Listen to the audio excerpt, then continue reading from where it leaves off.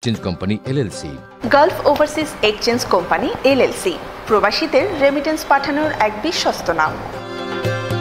মাননীয় প্রধানমন্ত্রীর পক্ষ থেকে আমি আমন্ত্রণ জানিয়েছি, লেবার মিনিস্টারকে আমন্ত্রণ জানিয়েছি, আমাদের বাণিজ্য মন্ত্রীকে আমন্ত্রণ জানিয়েছি, যিনি ইমিগ্রেশনের দায়িত্বে অ্যাসিস্ট্যান্ট আইজিপি তাকে আমন্ত্রণ জানিয়েছি।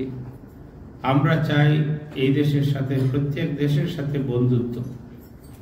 জাতির জনক বঙ্গবন্ধু বলেছেন যে আমরা প্রত্যেকের সাথে বন্ধুত্ব করে চলতে চাই এবং বিশেষ করে মুসলিম ওয়ার্ল্ডের সাথে আমাদের বন্ধুত্ব অক্ষুণ্ণ থাকবে। মাননীয় প্রধানমন্ত্রী একজন খাঁটি মুসলমান, খাঁটি দেশপ্রেমিক, খাঁটি রাষ্ট্রনায়ক। তিনি সততা নিষ্ঠার সাথে কাজ করে যাচ্ছেন, দেশের ভাবমূর্তি উজ্জ্বল করার লক্ষ্যে কাজ করে যাচ্ছেন।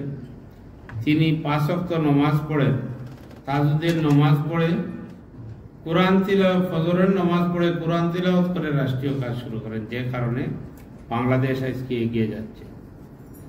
এই বাংলাদেশকে কেউ পিছনে নিতে পারবে না। করোনার সময় বিশ্বের মানুষ হিমশিম খেয়েছে, বিশ্বের বিভিন্ন দেশ, কিন্তু বাংলাদেশ হিমশিম খায় নাই ওনার সঠিক নেতৃত্বের কারণে। আগে বাংলাদেশের সরকাররা কি করতো, যে দুর্যোগ আসুক, বন্যা আসুক, আসলে বিশ্ব থেকে আমরা রিলিফ পাব।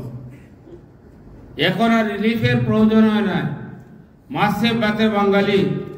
আমরা বাংলাদেশে 7 কোটি মানুষের খাদ্যের অভাব ছিল, এখন 18 কোটি মানুষের খাদ্যের কোনো অভাব নেই। আমরা খাদ্যের স্বয়ংসম্পূর্ণ হয়েছি। মাছ আজকে বিদেশে আমরা প্রচার করি, বিদেশে পাচার করতেছি, সবজি পাচার করতেছি, ফল ফ্রুট পাচার করতেছি, বিদেশে রপ্তানি করি।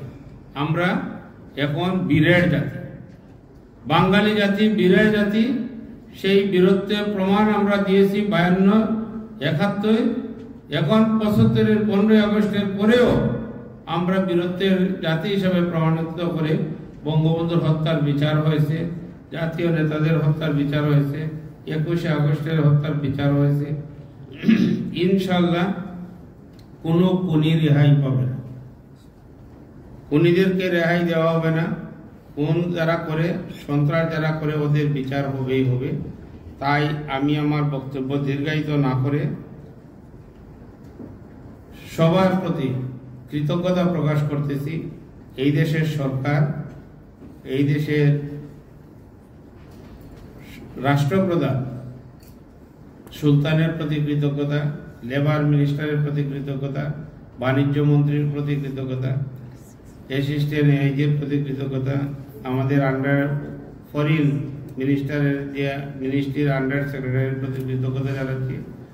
সর্বপ্রতি পুলিশ প্রশাসন সহ যারা আমাদেরকে সার্বক্ষণিক সহযোগিতার হাত বাড়িয়ে দিয়েছে, তাদের প্রতি কৃতজ্ঞতা প্রকাশ করতেছি। এবং যারা আমাদেরকে সম্মান দেখিয়েছে, এই সম্মানের ভাগীদার আমরা নয়, মাননীয় প্রধানমন্ত্রী এবং আপনারা যারা এই ওমানে বসবাস করেন, আপনারা সবাই এই সম্মানের অধিকারী হলেন আমি বিশ্বাস করি, এবং আপনারাই সেই সম্মানের সম্মানিত হয়েছে।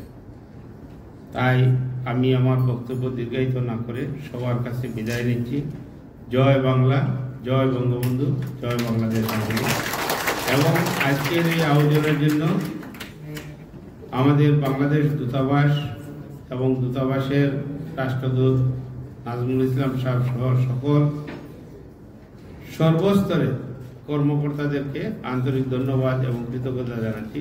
খুদা হাফিজ।